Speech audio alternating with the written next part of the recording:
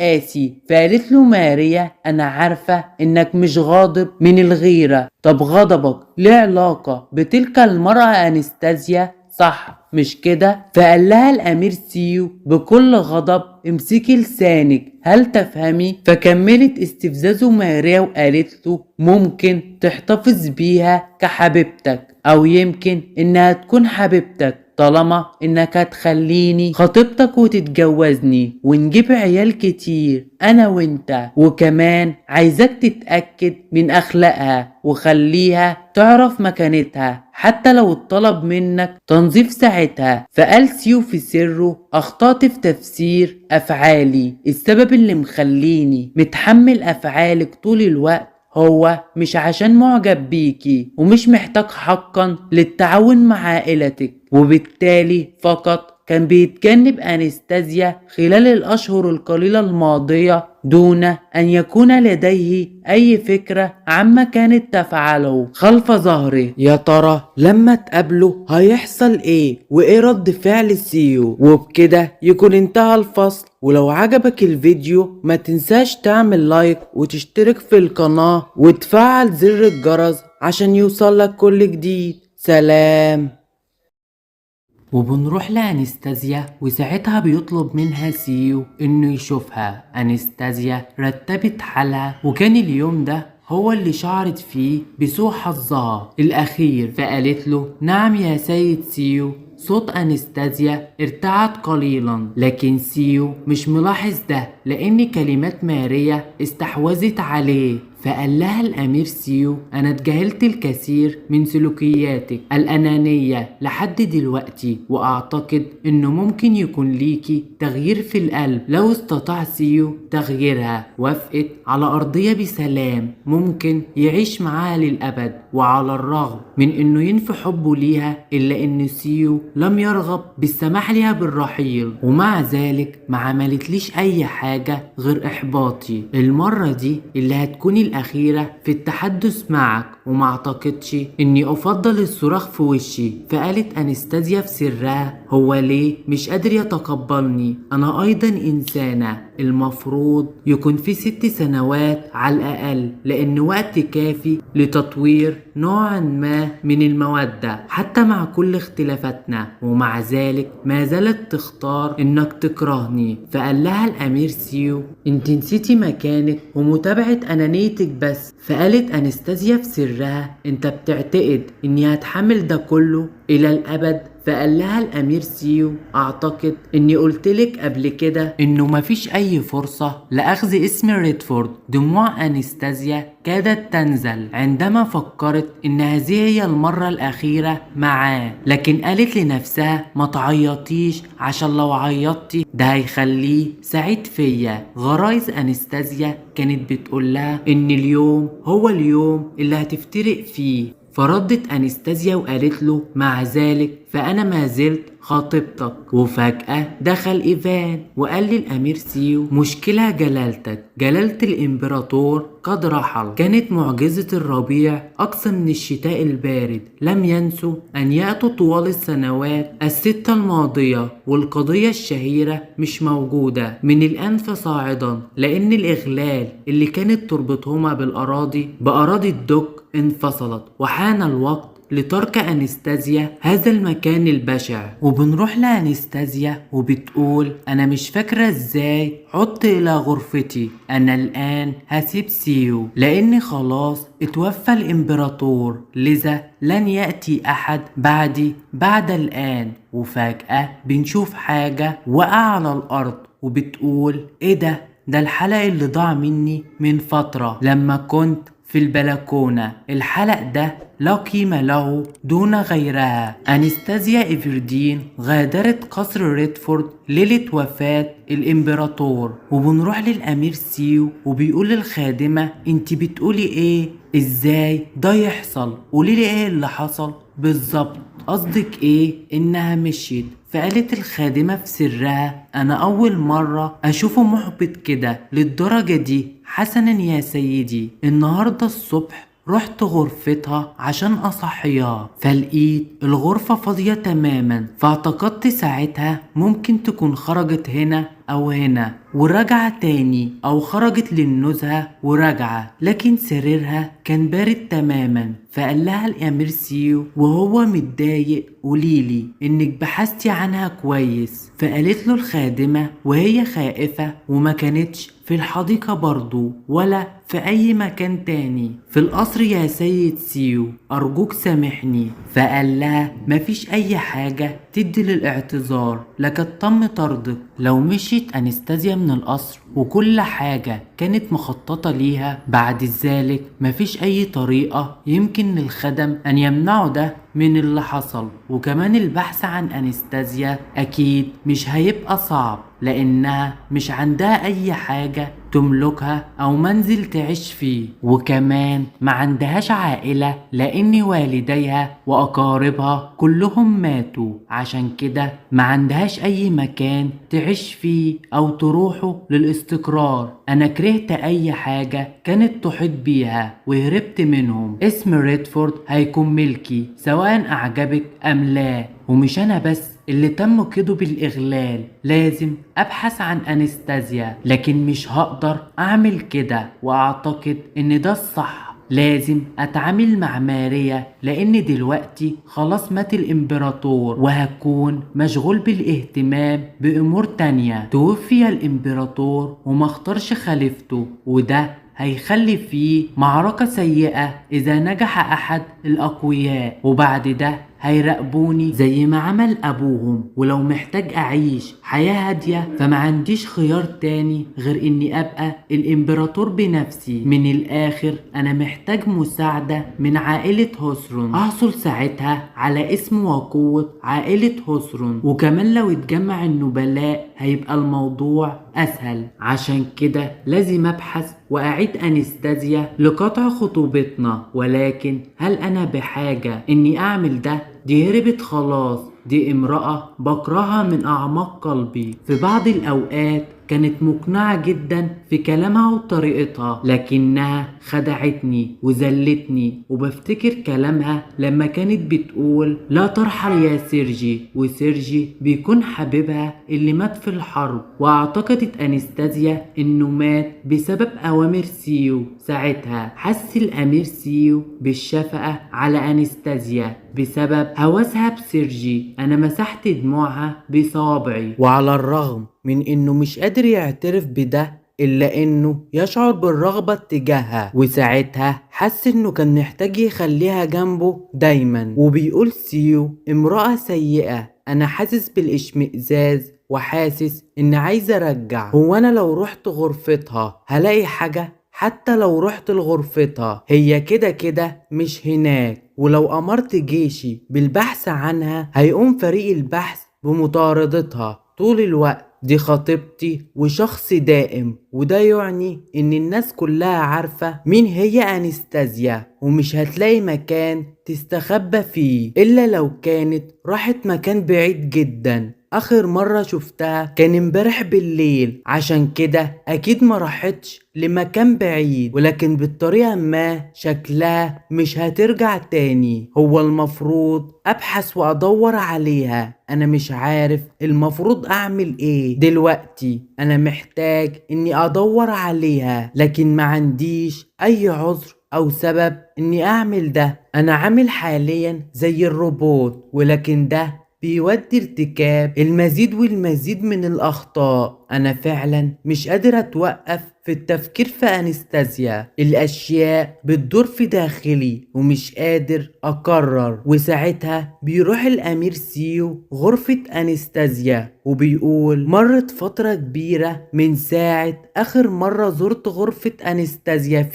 فيها غرفتها صامتة وكأنها حد ميت فيها، ومفيش حد بيدخلها أو يزورها. الباب شكله ولا كأنه تابوت، فساتينها ومكياجها تحس إنها سابت كل حاجة وراها باستثناء المجوهرات، وتحس إن الأمر كما لو إنها تطلب مني إني مدورش عليها. وفجأة بيبص على الأرض وبيلاقي الحلق بتاع أنستازيا اللي كان ضايع منها، وبيقول أنا حاسس إني شفت الحلق ده في مكان ما قبل كده، وساعتها بيفتكر لما كانت أنستازيا بتحاول ترمي نفسها من النافذة. ساعتها ما كانش ممانع لو ماتت، ولكن في الليلة دي كنت خايف عليها إنها تقفز من النافذة. حسيت بنبضها، مشاعر الملتوية تتفكك. أنا كنت راضي إنها تمشي، ومع ذلك كنت عايزها جنبي. كنت عايزها تموت، ومع ذلك كنت خايف من فقدانها، لكن أنا أحبها. أنا نكرت ده وحصل كذا مرة معايا المشاعر دي، لكن اللي حاسس وأشعر بيه هو ما يسمى الحب، أو ممكن يكون إحساس غلط. أنا حاسس إني دخلت سكينة بقلبي. اسم هذه المشاعر مؤلم جدا في الوقت اللي اكتشفته فيه، لكن ليس هناك حاجة اني اقدم عذر لنفسي. وساعتها بيتعصب الامير سيو وبينادي وبيقول ايفان، اين انت يا ايفان؟ وساعتها بيفضل الامير سيو يزعق ومتعصب جدا، والخدم كانوا قلقانين. وبيقول سيو هذه ليست الإجابة الصحيحة، أنا عارف هختار مين كويس لو كنت هفكر فيما هو الأفضل من أجل أنستازيا. لا ينبغي لي إني أبحث عنها. فقال له سيو شوف مجموعة بحث جاهزة للبحث عن أنستازيا، لأنها ملزمة بالبقاء معي. فقال له تلك المرأة خليهم يبحثون عن أنستازيا إيفردين، حتى لو كانت مش بتحبني، وحتى لو مش عايزة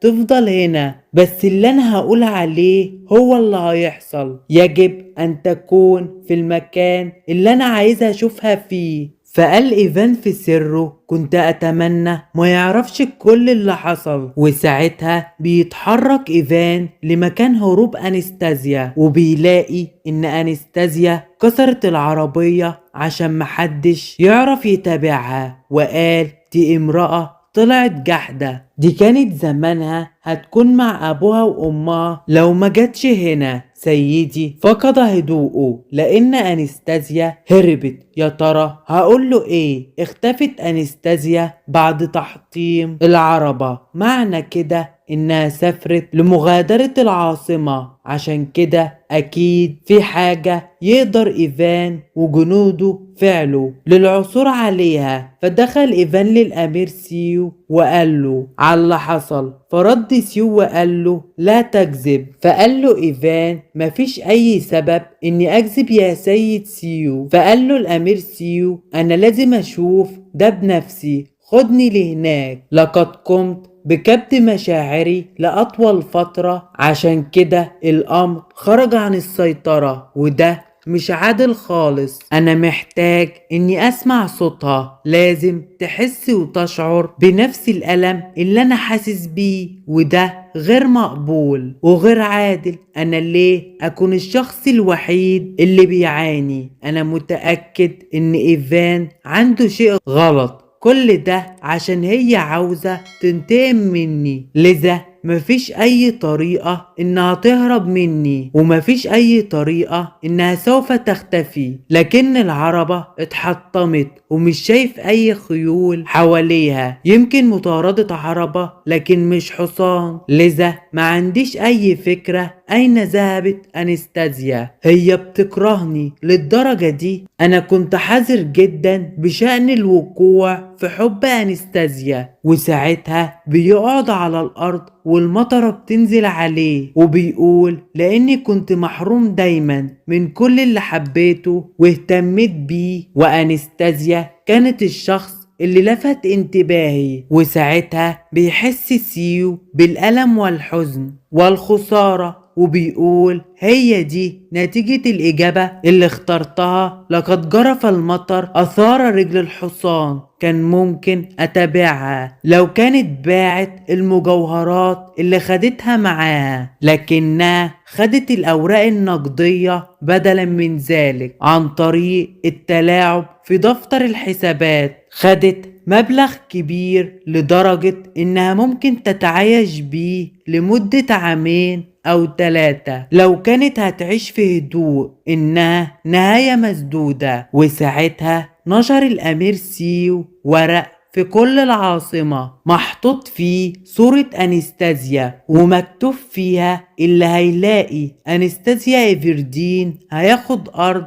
تكون ملكه. وساعتها قال له إيفان دي كانت في حالة صحية سيئة يا سيد سيو، ممكن تكون ماتت فعلا لأنها سابت التعويض اللي خدته وحصلت عليه من المحاكمة. وفجأة اتعصب الأمير سيو ورمى في وشه زجاجة الحبر، فرد إيفان وقال له هجيب لك زجاجة حبر جديدة يا سيد سيو، وسابه ومشي. وبيكون شكل الأمير سيو مرهق وحزين جدا. ومر 2 من ساعة اختفاء أنستازيا واتدهورت حياة سيو. خلال 2 دول كان صيت سيو ليها بجنون، وهو الموضوع المنتشر في المجتمع، وكانت الناس بتتكلم وبتقول ان أنستازيا سحرت الدك، وناس تاني بتقول لقد تمت مكافأة حبها النقي أخيرا، مع ان كلهما كانوا غير صحيحين. الأمير سيو ظل يبحث بجنون عنها، وبنروح لشخص وبيقول انا جبتلك المال اللي وعدتك بيه. فردت البنت وقالت له 8 عملات ذهبية بس، ده يكفي لإسعاد شخص عادي، لكن هوغو انت خدت منها صح؟ فقال لها ماذا؟ فقالت له لاني حسباهم، وكمان كان سوارا قديم ويستحق مبلغ اعلى من 8 عملات ذهبية، وكمان سمعت ان تكلفة الاساور في حدود 12 او 13 او 14. وساعتها بعت لها باقي العملات اللي كان مخبيها. فقالت له بس مش الطريقة اللي المفروض تعتذر بيها. فقال لها هي ب13 اصلا، بس انا اخدت حق تكاليف السفر، عشان كده لدي الحق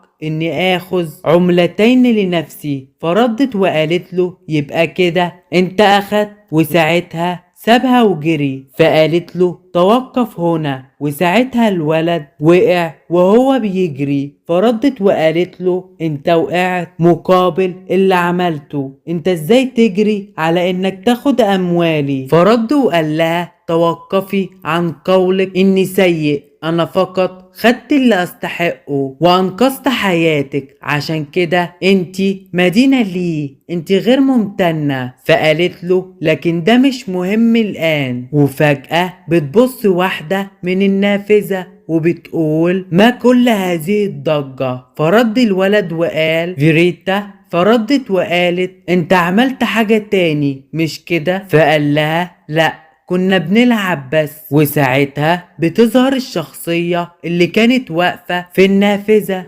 أنستازيا إيفردين. مش معقول، وليه غيرت لون شعرها؟ ومين الناس دي؟ ويا ترى الأمير سيو هيلاقيها؟ وفعلا بتكون أنستازيا إيفردين، وبترد عليه وبتقول احتفظ بيه. فردت البنت وهنعرف مين ديت بعد شوية. وقالت لهوغو لو كنت مكانك كنت هشتغل احسن من كده. فرد هوغو قال لها هو ليه اختك مش راضية تمشي من المكان ده وتشوف مكان تاني؟ فردت البنت وقالت بتقول ايه؟ فقال لها انا مش قصدي حاجة، بس انا فضولي شوية، انا قصدي انها بنت جميلة، حرام تتحبس في مكان زي ده لان في منتصف اللامكان. وطبعا بيكون قصده على أنستازيا. وبنرجع لبداية قصة هروب أنستازيا. هما اللي التقوا بهوجو من 2 وفي اليوم اللي مشيت أنستازيا من قصر الأمير سيو بتظهر شخصية كانت بتقول لأنستازيا سيدتي كنت في انتظارك.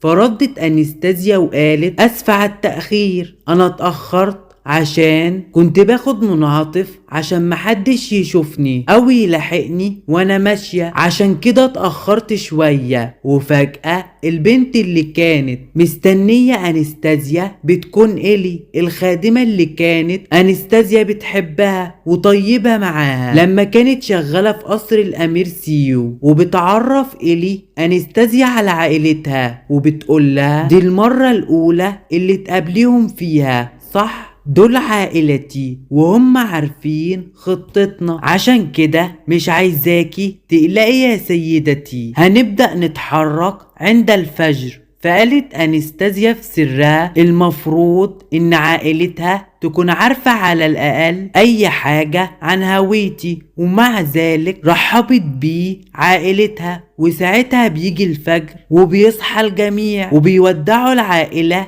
إلي وبيقولوا لها خلي بالك على نفسك واحرصي. فردت إلي وقالت لأمها لو سمحتي اعتني بنفسك يا أمي، وتأكدي من إنك تاكلي أكل صحي ومش أي طعم وخلاص. تمام. فردت أمها لكني مش بحب البازلاء. وساعتها بتكون أنستازيا شايفة الوداع ده وبتقول كان بإمكانهم إنهم يناموا، لكن صحيوا كلهم عشان يودعوا إلي قبل ما تسافر. وبتقول يا ترى هي لطيفة جدا عشان نشأت في بيت دافئ أم إنها سامة فريدة للحدادين. لدا إلي مكان للاتصال بالمنزل حتى لو راحت مكان قريب معايا. أنا بتمنى إن الجميع ما يمنعوناش في مشاركة لطفها فقط. وساعتها بتودع إلي إخواتها الصغيرين وأمها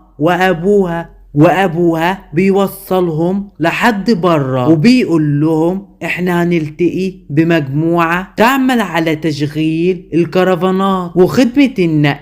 دي منظمة ضخمة جدا، لكن السفر هو الخيار الوحيد لأنستازيا لمغادرة العاصمة تماما. وهو على علم وفاهم كل حاجة، وعشان كده بيتكلم بطريقة مبهجة وإنه مش هيأذي. فقالت أنستازيا في سرها ده بيدعم قراري، يا له من رجل طيب. فقالت له أنستازيا طب وإيه اللي هيحصل لبنتك لو كنت عايزة إني أمشي من القارة؟ فقال لها أنتي على حق، لكن احنا هنا. وقال لبنته خلي بالك من نفسك يا إلي، لازم امشي دلوقتي. وساعتها بيكونوا في المكان اللي اشتروا منه العربة اللي هيهربوا بيها برا العاصمة. وقالت أنستازيا في سرها ده أمر مكلف جدا، وكمان مش هعرف أتعامل مباشرة مع العربة دي، ولكن المفروض تكون العربة كويسة وتستحمل السفر. فقال لهم صاحب المكان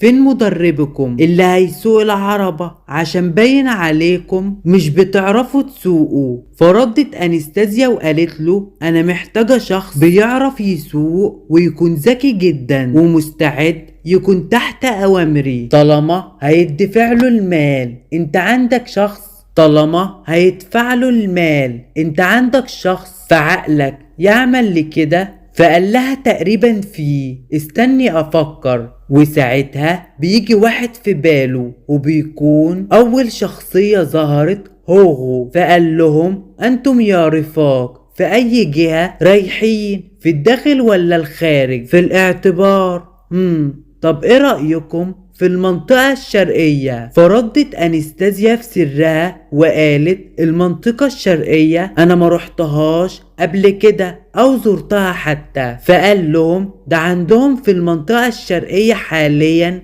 مهرجان الشتاء لازم تشوفوه. ففكرت أنستازيا وقالت منطقة محدش عارفني فيها، سيرجي من هناك. وساعتها هفتكر الذكريات وهتحمل الشعور بالذنب اللي هحس بيه، لكن ربما بعد كده هتمكن اني اعيش حياة طبيعية بدون افكار او مشاكل. هتكون حياة هادية وبعيدة تماما وابحث عن سعادتي. وقالت يا ترى هو بيفكر فينا وبيقول ايه؟ لكن هوغو ساعدنا دون ان يطلب مننا اي حاجة او اي طلب، وتخلى عن العربة اللي وصلتنا لهنا عشان تمحو اي اثر لمشترياتنا، وانتقلنا لعربة جديدة اشتريناها فقط للمناسبة. وكمان ساعدنا في تلوين شعرنا الى اللون الاشقر عشان محدش يتعرف علينا، ولو رحنا هناك ما كناش هنعمل كل ده بدون مساعدته لينا. وفي يوم من الايام سألته إلي انت ليه ساعدتنا؟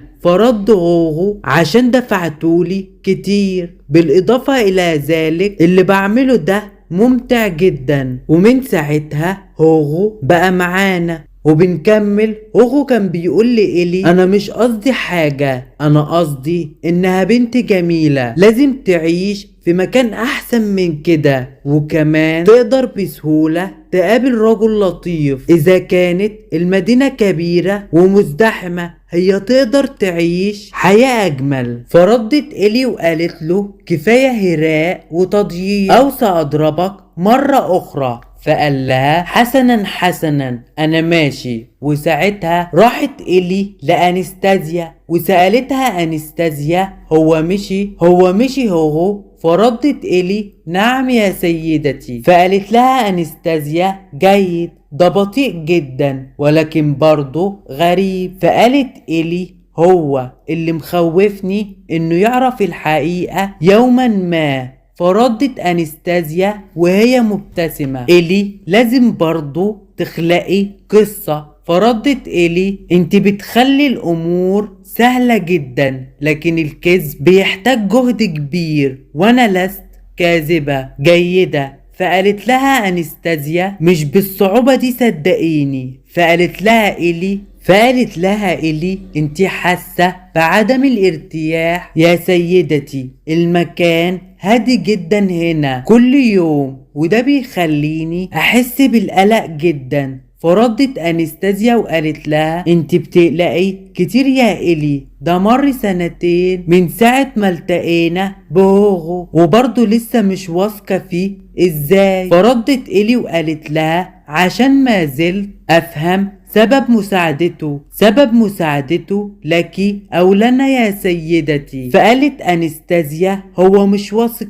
فينا ولكن بيحبنا وده اهم شيء عندي. وقالت في سرها شكل إلي بتعتقد انه لازم نروح لمكان ابعد من كده واننا نعيش في مكان هادي اكبر من كده، لكني احب حياتي كما هي الان. انا بخير طالما نقدر نعيش بسلام هنا. ويا ترى حصل ايه للامير سيو وايه رد فعل أنستازيا لما تعرف ان الامير سيو هيتجنن ويشوفها؟ واخيرا بنروح للامير سيو وبيفتكر الماضي لما كان ابوه بيقوله ما تنساش مهما حدث يا سيو لا شيء اعظم من الحياة، وفي العالم ده يمكنك الحصول على اي شيء، العودة باستثناء الحياة. الان بعد ان فكرت في الامر لابد ان هذا كان بمثابة تنويم مغناطيسي لدرجة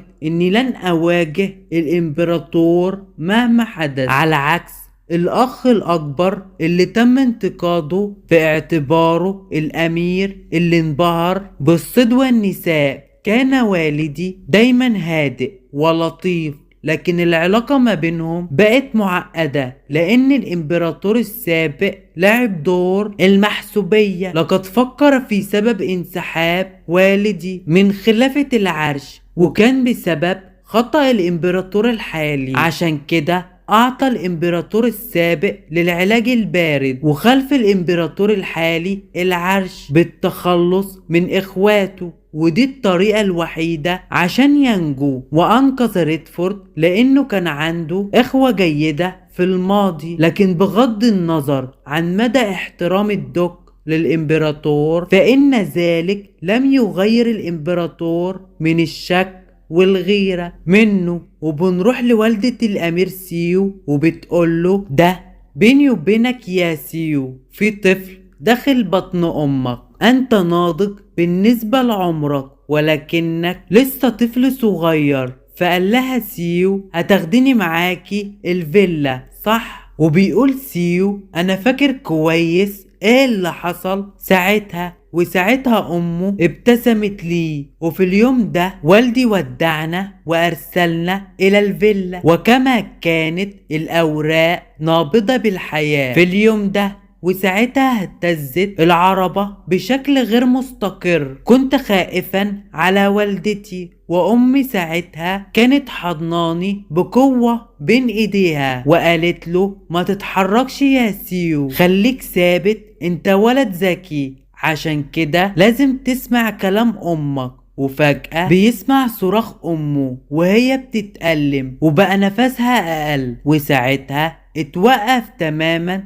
وماتت. كان سيو عايز يصرخ ولكن ما قدرش بسبب سمع كلام امه قبل ما تتوفى، وما كانش عارف سيو ادنى فكرة عن المدة اللي استغرقها لانقاذه. سمع سيو صوت ابوه وهو يبكي ويعتذر ويقول سيو سامحني، وساعتها ما كانش فاهم ايه السبب اللي خلى ابوه يعتذر في الوقت ده، ولكن بعد عدة سنوات فهم أخيرا إن تلك الحادثة لم تكن حادثة على الإطلاق. أنا أخيرا عرفت وفهمت العلاقة اللي كانت ما بين والدي والإمبراطور لما أصبحت شخصا بالغا. الأشخاص اللي خلصوا على والدتي هما كانوا الإمبراطور والإيفردين. لقد أخذوا أمي بعيدا، وكل ده لما والدي قاوم من أجل أول مرة. عدى الوقت لما فقدت معلمي، ساعتها وجد والدي دليلا على حادثة والدتي، وكان الكونت إيفردين متورطا في الحادثة دي لأنه كان بيشتغل في السر عشان يحقق الربح من أعمال غير قانونية تماما زي أخوه. كان الفيوكونت محتاج للمال، وده عشان يهرب منتجات، وللسبب ده ساعد في اغتيال الدوكة ريدفورد. ولكن لما ضغط الدوك على رصيد الفيوكونت عشان يسحب العد الدائم، الكونت إيفردين تخلى عن أخيه، وللسبب ده بقى الفيوكونت مدينا حتى أذنيه. إيفردين السيء ازاي يقدر انه يقطع اخوه لما اعتقد ان عنده حاجة عليه؟ إيفردين هما الاشخاص المسؤولين عن كل حاجة حصلت. لو لم يكن هناك اي احد على الاطلاق كان من الممكن ان تكون والدتي واختي عايشين لحد دلوقتي، وكنا هنحضر مع بعض نفس المحاضرة سوا. ومن ساعة الوقت ده حدد سيو موضوع انتقامه هيبقى على مين، مذبحة عشيرة إيفردين والإمبراطور. ولكن لما حط سيو الموضوع والقرار ده في نفسه، الدوك ريدفورد قد مات، وساعتها بيكون واقف الأمير سيو وبيقول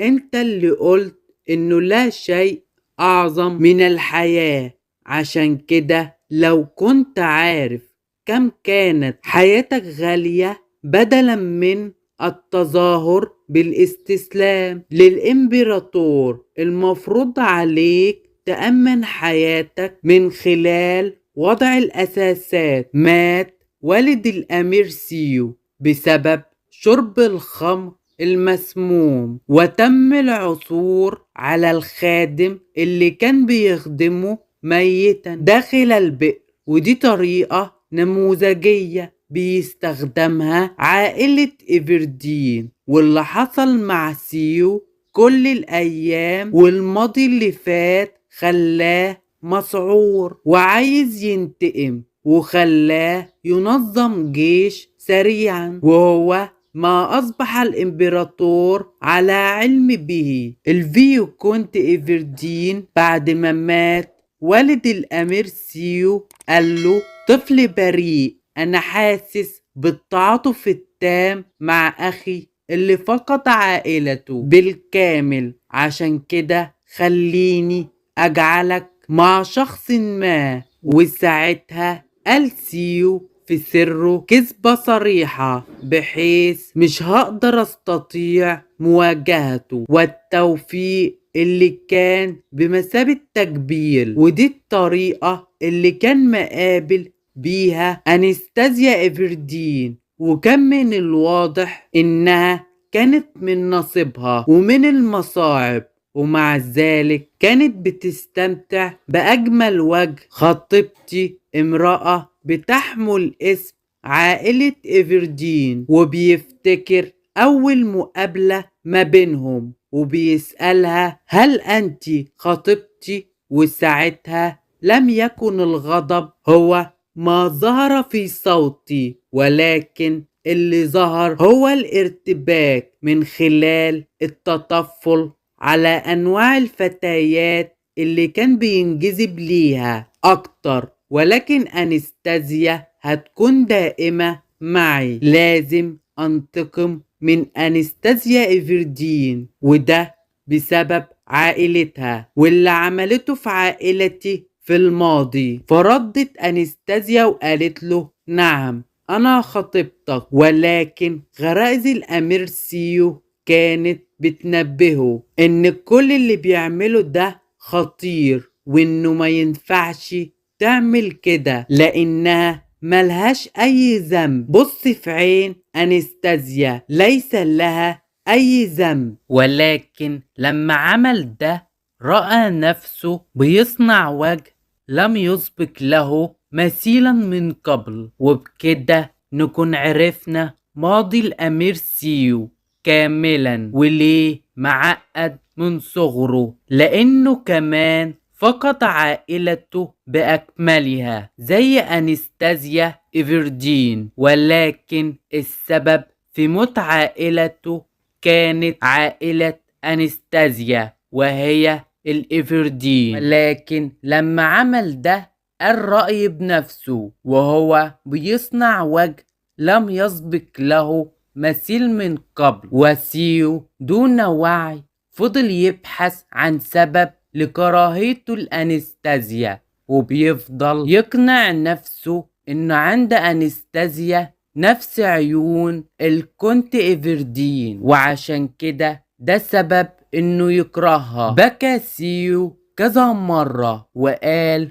هو ليه لازم تكون دايما الخضرة، وقصده على عيونها. وبيفتكر لما قالت له أتمنى أن تموت حالا يا سيد سيو، أنا بكرهك أكتر من أي شيء في العالم ده كله. وفجأة بتقوله بحبك يا لورد سيو، وساعتها بيصحى سيو من الحلم وبيقول ده أكيد حلم، أنا كنت نائم. ولكن ده ما خلاش الأمير سيو يحس بالتحسن. والصباح ده كان عدى 2 منذ اختفاء أنستازيا إيفردين، سقوط إيفردين ووفاة سيرجي. عائلته جميعا تحتقرها أيضا، ومعهاش أي أموال ولا دعم، ومع ذلك اختفت أنستازيا دون أن تترك أي أثر ليها على الإطلاق. المفروض إن 2 دول يكونوا وقت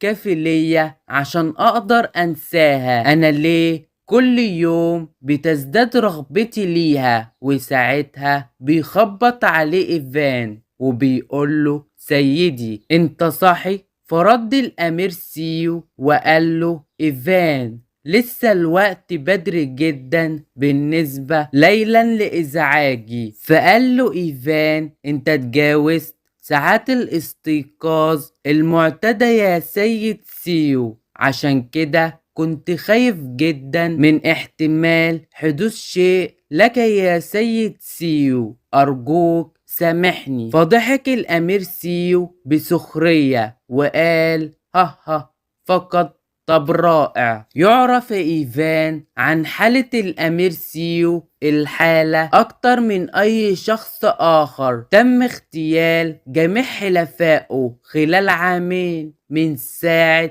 حكم الإمبراطور، والأمير السابع زينون هو الناجي الوحيد، عشان كده أصبح الوريث المحدد للعرش. ولن يؤذي الأمير سيو أحد بعد الآن. ولكن أكتر من كده مقدرش الأمير سيو إن ياخد أكبر قدر من النوم والراحة في كل مرة، وده خلاه عنده إعاقة عن القيام بأي عمل. عشان كده بدون مساعدة إيفان وغيره من الخدم، وكان من الممكن أن يكون بمثابة سقوط عائلة ريدفورد. حتى الآن بيؤتي بهذه الأكاذيب والأعذار المثيرة للشفقة، وبيسأل الأمير سيو إيفان تلك المرأة انت لقيت أنستازيا ولا لسه؟ فرد إيفان وقال في سره ليه يا سيدي انت بتتجنب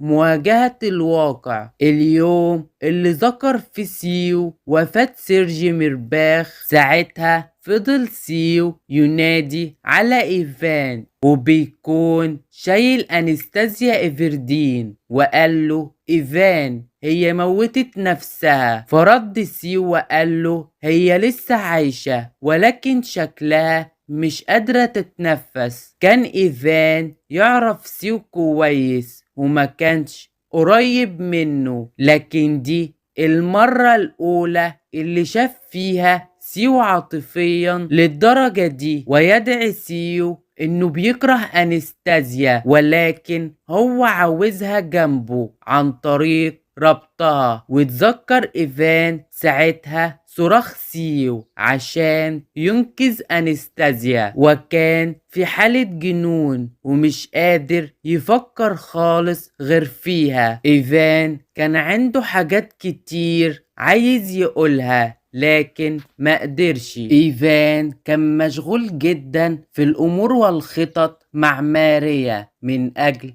تنفيذ الخطة اللي ما بين سيو وماريا. وجه الأمير سيو أثناء نومه عشان يقوله إن خلاص حان الوقت للوفاء بوعده، وإنهم انتظروا فترة كبيرة وكافية وهما عامين. وعلى الرغم من إن كل شيء كان وفقا للخطة، فقد تخلصوا من الإمبراطور السابق في وقت مبكر جدا. الدمية الحالية أصبح الإمبراطور بفضل دعم سيو، ولذلك فقد حان دورها للوفاء بوعدها وتصبح الدوكة. ولكن سيو لسه فاكر الوعد ده، وساعتها قال إيفان في سره هو انت بتعمل كده ليه؟ لازم تخرج يا سيو. وساعتها سيو قال له إيفان انت بتعتذر ليا دايما بدون اي سبب. وساعتها قال له إيفان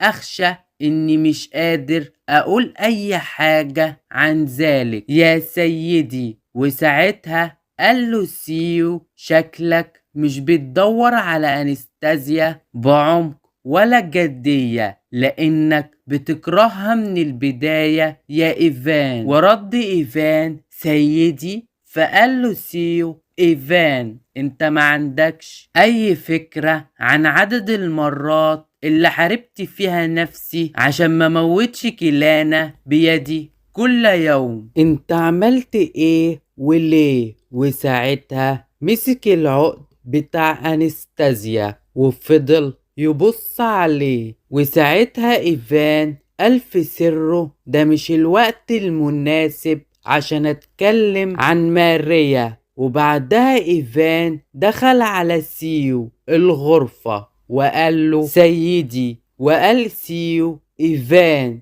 ايه اللي في ايدك ده؟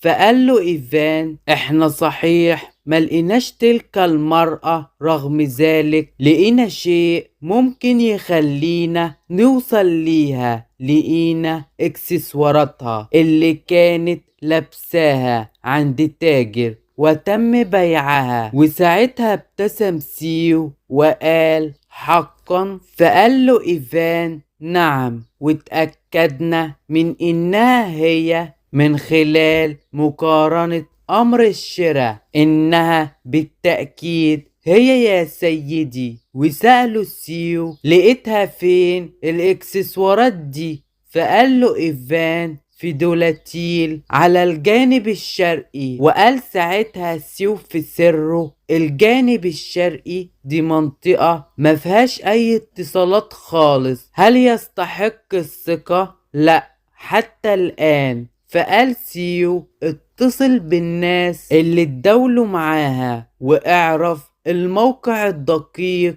لشرائهم ايضا، ولا اقولك لا تهتم، ما قلت لك انا هروح بنفسي لهناك. يا ترى ايه رد فعل ايفان؟ وهل يمنع الامير سيو انه يروح لوحده؟ وكمان يا ترى هل الامير سيو هيلاقي انستازيا بالسهولة دي؟ وقال ساعتها سيو في سره الجانب الشرقي دي منطقة ما فيهاش اي اتصالات خالص، هل يستحق الثقة؟ لا حتى الآن. فقال له سيو اتصل بالناس اللي اتداولوا معاها واعرف الموقع الدقيق لشرائهم ايضا، ولا اقولك لا تهتم، ما قلت لك انا هروح بنفسي لهناك. تردد صدى في رأسي ان هذا هو الحب، حب عظيم، وده اللي مش قادر يسمعه، هذا الهمس الناعم اللي بيضحك عنه عواطفه تسيطر عليه، واكيد هتنفجر يوما ما لو وضع غطاء عليه. لقد فقد انستازيا بسبب انه اصبح مغرور بالحب، وانه قمع عواطفه من خلال انكاره. وساعتها قال سيو لإيفان احضر لي مع طفلي لأذهب. وساعتها ارتبك إيفان. السبب وراء مساعدته في البحث عن انستازيا هو انه كان يأمل ان يعود سيو الى نفسه بعد العثور على اثر ليها، لان سيو كان بيعمل واجبه كدك، ولدي إيفان والتابعين حدود لما يمكنهم فعله. وساعتها قال له إيفان انت هتتوجه لهناك بنفسك، هل فقدت عقلك يا سيدي؟ إيفان يريد إعطاء الأولوية للفرد على عائلته. أنستازيا ليست الأفضل على الإطلاق، ولم يكن ده حب القدر، وكان عندهم صراعات باستمرار ما بينهم. وكان عايز إيفان إنه يخلي سيو يعود إلى رشده، حتى لو كان ذلك يعني توبيخ سيده اللي فقد عقله. فقال له إيفان أنا فاهم بعمق ما تشعر به يا سيدي، ولكن من فضلك فكر في عواقب أفعالك. انت هتعمل ايه بعد ما ترجعها إلى هنا؟ دي هربت منك، وكان ده ارتباطا فرض عليك من قبل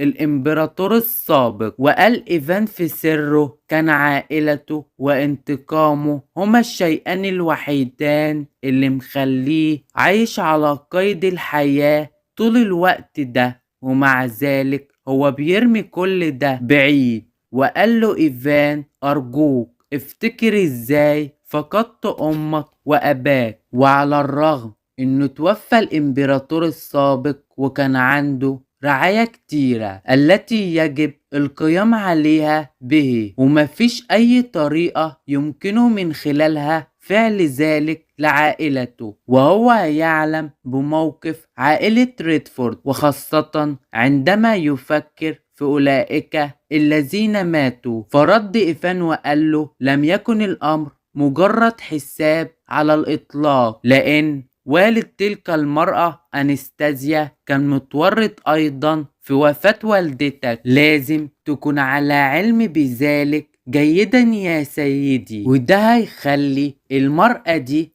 مذنبة مثل الكنت والدها، ومع ذلك لماذا؟ وساعتها رد سيو وقال له إيفان هو أنا قلتلك قبل كده إن المفروض إني أفكر في عواقب أفعالي؟ كيف تجرؤ على إنك تقول كده ليا؟ وساعتها قال له إيفان أنا ندمت يا سيدي على كلامي. وساعتها قال سيو في سره قراري من ساعة اليوم ده لقد وثقت دايما بأولئك، لكني لا أعرف إذا كان بإمكاني ذلك بعد الآن. أنا مش عارف أتفق ولا أشعر اتجاه كلب يتصرف بطريقة لا تتفق مع طبيعتي وبيستخدم الولاء كذريعة لسنتين. كان سيو يعكس كيف شعرت أنستازيا بوجودها معاه. ده أخذ كل شيء فيما فعلوا لها، ما فعلوا لها إيفان والخدم الآخرون. كان ذلك لمدة عامين، ما يكفي من الوقت له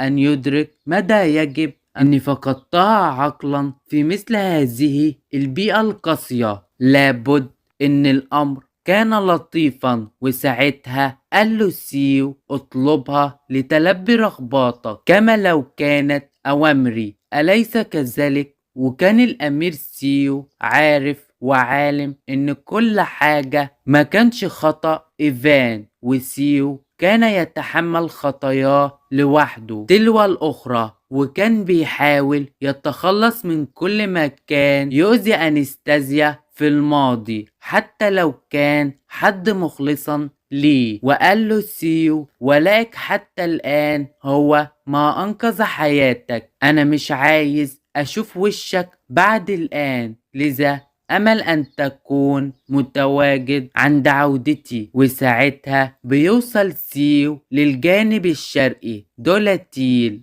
أخيرا، وساعتها بيشوف علامة وبيقول الشكل ده مألوف جدا، وبيكون تطريز. والبنت اللي واقفة قالت له اتفضل يا سيد، تؤمر بشيء؟ وقالت في نفسها ده شكله نبيل، يا ترى هيكون عايز ايه شخص مثله؟ وقالت له ازاي اقدر اساعدك؟ اتفضل. وساعتها بيسألها الامير سيو انتوا اللي بتخيطوا التطريز ده؟ وساعتها قالت البنت في سرها شكله كده بيدور على حبيبته، او ممكن يكون عدوه، لازم ابتعد عنه احسن. وساعتها قالت له انا شايفة انك بتدور على الشخص اللي عمل التطريز ده، ولكن ده مش احنا اللي عملناه، اللي صنعوه اختان شعرهم اشقر وبيشتغلوا ده رفاهية ومتعة مش اكتر، لذا أكيد إن ده مش اللي بتبحث عنه. وساعتها ألف سره شقراء، لكن أكيد دي مش أنستازيا، لكن في حاجة غريبة. يلا نروح للقرية اللي قال عليها إيفان امبارح، لكن سألها هما فين بيعيشوا الأخوات دول؟ فقالت له دول عايشين في قرية صغيرة قبالة الريف،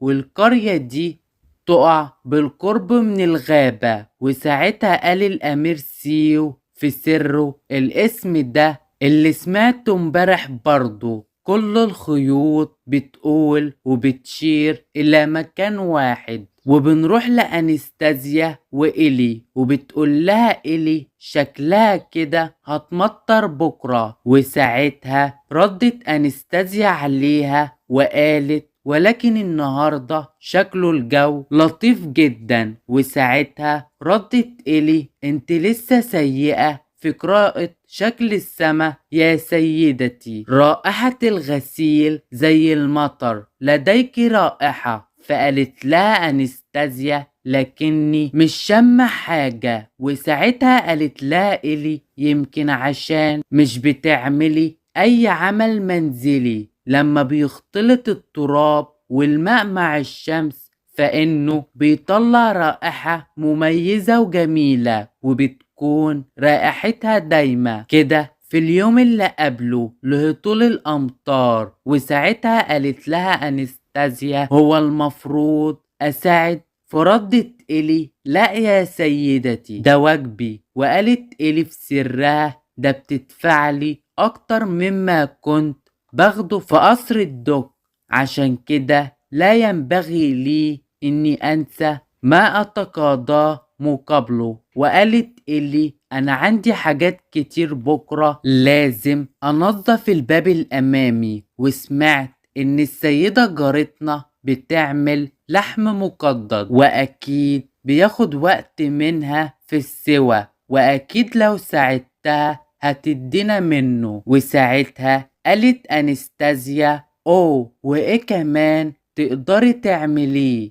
فردت إلي وقالت بعد ما خلص من المهمات دي لازم أروح السوق. أوه، أنا بحاجة لزيارة مكان هوغو عشان أنظفه. وساعتها قالت أنستازيا يبقى انت بقى ما كنتش تقصدي انك قلتي على هوغو انه بيثير اعصابك بما انك هتساعديه اهو. وساعتها قالت إلي ده مش كل حاجة، ولكن من فضلك ما تقولهوش. وساعتها سألتها أنستازيا انت ليه بتزوريه لانك بتفتقديه صح؟ فقالت إلي سيدتي انا اخطأت في كل كلامي، انا اصلا هروح عنده عشان اجيب مبيض لشعرنا لان شعرك الاحمر في الاعلى بدأ انه يظهر الايام دي. وساعتها مسكته انستازيا وقالت انا اتعودت ان شعري ما يبقاش احمر بعد الان، وصحتي السيئة بقت احسن بفضل رعاية إلي.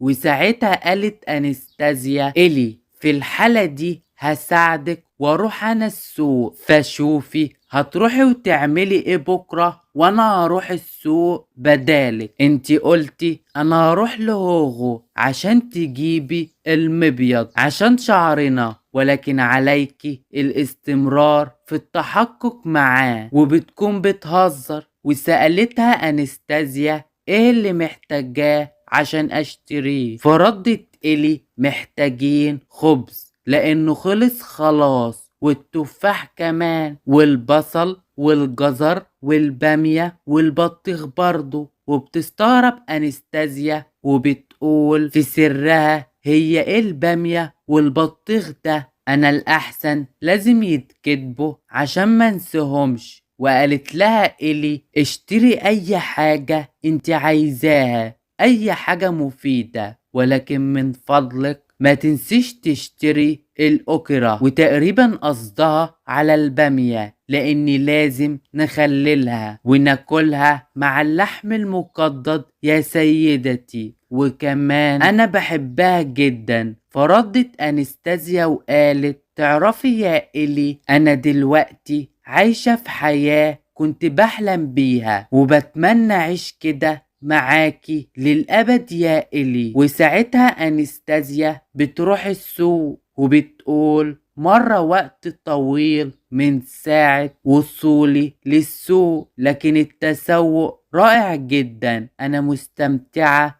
بريحة المخبوزات. واشترت بعض الخبز بمساعدة الموظفين الودودين، وكمان ادوني ملف تعريف للمحل. السوق المفحم بالحيوية خلاني افتكر لما كنت طفلة كل حاجة في السوق زي الأطعمة والمكونات ما كنتش اقدر اشتري اي حاجة عايزاها، لكن دلوقتي قادر اشتري اي حاجة عايزاها، اقدر احصل على اي حاجة مقابل اني ادفع المال. وساعتها فشافت الخوخ وساعتها دقته وعجبها وقالت انا لازم اجي هنا بكرة تاني. وساعتها المطر بتمطر وبتقول انستازيا وهي مستمتعة بالمطر انا قادرة دلوقتي اشم ريحة المطر. وفعلا صح زي ما قالت إلي، وهي كانت بتجف بطانيتي الصبح وقالت انها لازم تحطها تحت الشمس عشان صحتي، وانها هتسيبها لحد الظهر، ولكن لسه لحد دلوقتي الجو كله مطر. انا قلبي بيوجعني لما بشوف وشها الحزين، لان إلي هي السبب انها خلتني سعيدة كده، وانا عايزاها تكون سعيدة زيي. وساعتها بتجري انستازيا من المطر وبتقول انا متأكدة انها رطبة الان، ولكن مراهنتش ان إلي هتحس بالتحسن لو ما كانش مبللا. جسمي لسه في حالة واهية، ولكن بفضل رعاية إلي دايما انا افضل بكتير اني اقدر اجري تحت المطر والعودة للمنزل بسرعة. كان النهاردة يوم كويس لحد الظهر والصباح ده أعطتني إلي السلام كما تفعل دايما، وحست ساعتها بالارتياح والسعادة لمغادرة البيت لفترة طويلة. وفجأة بيظهر الأمير سيو قدام أنستازيا وبيقول أردت أن أعيش معك لبقية حياتي. وساعتها بيشوف أنستازيا وبيقول معقولة دي أنستازيا؟ يا ترى هيشك إن دي أنستازيا فعلا؟ وإيه رد فعل أنستازيا؟ حلقة كلها مفاجآت المرة الجاية. وبكده يكون انتهى الفصل. ولو عجبك الفيديو ما تنساش تعمل لايك وتشترك في القناة وتفعل زر الجرس عشان يوصلك كل جديد. سلام.